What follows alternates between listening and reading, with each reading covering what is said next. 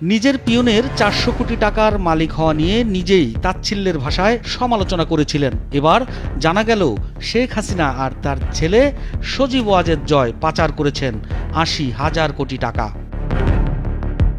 ১৫ বছরের দুর্নীতির ফর্দ এবার একে একে বেরিয়ে আসছে।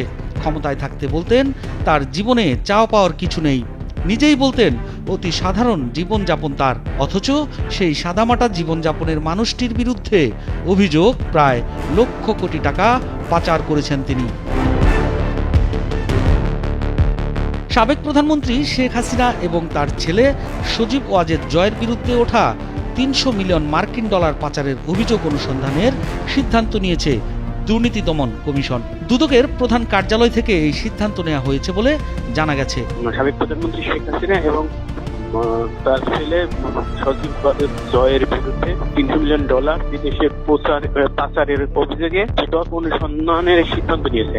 এর আগে শেখ হাসিনা ও শেখ রেহানা পরিবারের বিরুদ্ধে বিভিন্ন প্রকল্পে ৮০,০০০ কোটি টাকা দুর্নীতির অভিযোগ অনুসন্ধানে ৫ সদস্যের টিম গঠন করেছিল দুদক। ওই টিমকেই ৩০০ মিলিয়ন ডলারের পাচারের অভিযোগ অনুসন্ধানের নির্দেশ দেওয়া হয়েছে।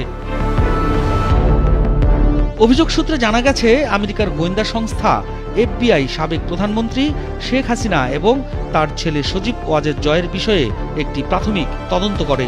FBI এর তদন্তে সজীব ওয়াজেদ জয়ের গুরুতর আর্থিক কেলেঙ্কারির বিষয়টি উন্মোচিত হয়।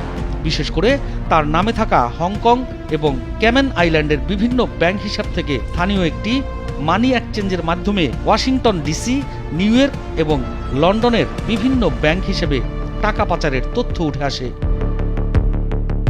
FBI তাদের লন্ডনের প্রতিনিধির মাধ্যমে বিষয়টি নিশ্চিত করেছে এবং প্রমাণ পেয়েছে যে সেখানে গুরুতর আর্থিক অনিয়ম এবং মানি লন্ডারিংয়ের অপরাধ সংঘটিত হয়েছে।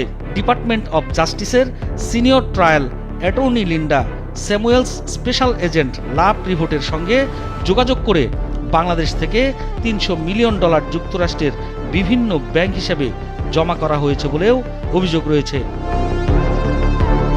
এর আগে গত ১৭ ডিসেম্বর রূপপুর পারমাণবিক বিদ্যুৎ কেন্দ্র থেকে ৫০০ কোটি ডলারের বেশি, যা বাংলাদেশি টাকায় ৬০,০০০ কোটি টাকা সহ বিভিন্ন প্রকল্পে ৮০,০০০ কোটি টাকার দুর্নীতির অভিযোগ অনুসন্ধানের সিদ্ধান্ত নেওয়া হয়, যেখানে শেখ হাসিনা, তার বোন শেখ রেহানা, ছেলে সজীব ওয়াজেদ জয় ও ভাগ্নি টিউলিপ সিদ্দিক সহ পরিবারের সংশ্লিষ্টদের বিরুদ্ধে দুর্নীতির অভিযোগ রয়েছে।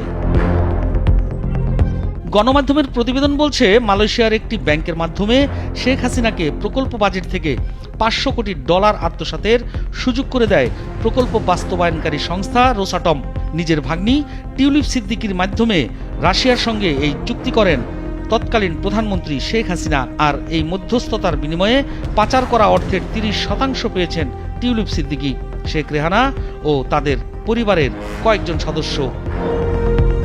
কিছুদিন আগে শেখ হাসিনার ঘনিষ্ঠরা দেশের ব্যাংক খাত থেকে ১৭ বিলিয়ন মার্কিন ডলার বা ২ লাখ কোটি টাকা পাচার করেছে বলে অভিযোগ করেছিলেন বাংলাদেশ ব্যাংকের গভর্নর আহসান মনসুর। সামরিক গোয়েন্দা সংস্থা DGFI এর সহায়তায় সরকার ঘনিষ্ঠরা প্রথমে ব্যাংক দখল ও পরে এই অর্থ পাচার করেছে বলে দাবি করেন তিনি। ব্রিটিশ সংবাদ মাধ্যম ফিনান্সিয়াল টাইমসে দেয়া এক সাক্ষাৎকারে তিনি এসব অভিযোগ করেন।